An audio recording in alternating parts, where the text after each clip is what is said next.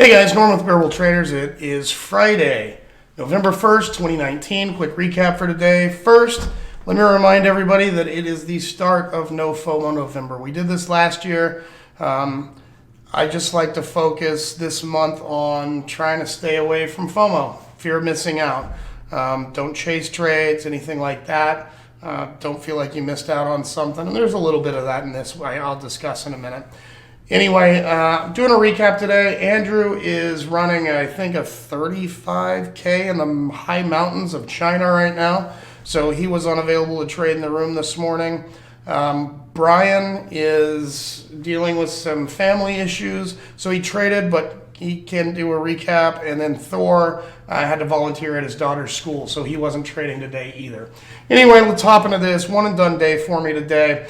Apple has been extraordinarily strong. If you look here on the daily, after this consolidation period in the two teens, it sat here, started breaking out, made a new all-time high at 233 and some change. After this little consolidation period, drove up here. Last few days, it's been consolidating just under 250. It's hit its head up here on 250 one, two, three times, the third being yesterday after this little drop on Wednesday. Understandable, FOMC meeting was that day, so it kind of made the markets a little funky. This tail is from a bad print yesterday, so it's nothing really to keep an eye on. But anyway, it's been hitting its head on 250 all morning. It looks strong. It was at 249, 55, 60-ish in the pre-market. Just kind of was holding in this area and consolidating. Couldn't sell off. Every little sell-off was bought right back up. You can see it on this tail on the 5-minute here. Came down, touched what was at the time VWAP, and then drove right back up. So my plan on this at the open, I figured there might be a little bit of profit taking. I figured people might, 250 is just a number. It's a psychological level. It's a big whole number. But it really on the daily looked like it wanted to try to break that number today. And that's what I was planning for. I didn't know if I was going to have an entry in this in the first minute, first 5 minutes, first 15 minutes. But my plan with this trade was to let it sell off a little bit if it was going to. Keep an eye on the level 2. Watch when the imbalance from sellers to buyers started to switch. Get a little bit of a tick up and then buy into it quickly. And then wait for that break at 250. It's exactly what I did. It was perfect. It coincided with the 50 moving average on the 2-minute, bounced right off of that. Also, it touched and bounced right off of yesterday's high. That was a good sign. The second I could see that, I hopped into it. 249.42 was my fill. Wasn't a huge size because this was an early morning trade.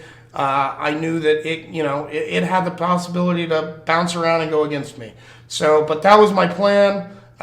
Drove through VWAP pretty easily here. Got above all the moving averages. And then it didn't take much time at all to break 250. I got a partial as it broke through 250, 250.23. And then right here it broke 250.50 and took a second partial. Started to pull back a little bit. I figured it would test 250. Once I saw this, I was about halfway, a little less than half out of my position between these two partials here. These were 25% of my position at the size on each of these. Waited for it pulled back. It was encouraging to see it just touch 250 or so and then pop right back and get bought right back up. There were some big orders hitting the ask on the time and sales down here. Sat, waited, watched, and I was ready. Once it started to break, I was going to scale out more. Gave another pullback. I actually added back into my position. So I added back just about the equivalent of these two scale outs right here at 249.88. I waited, and this thing ended up with this perfect ascending triangle here. This is just because I took a little bit of an insurance policy on this partial. Probably shouldn't have, a little bit premature. But just in case this was an absolute top, I wanted to be sure I got one more piece of it out. Waited for the break here, got out above 251 and then in the 251.20s.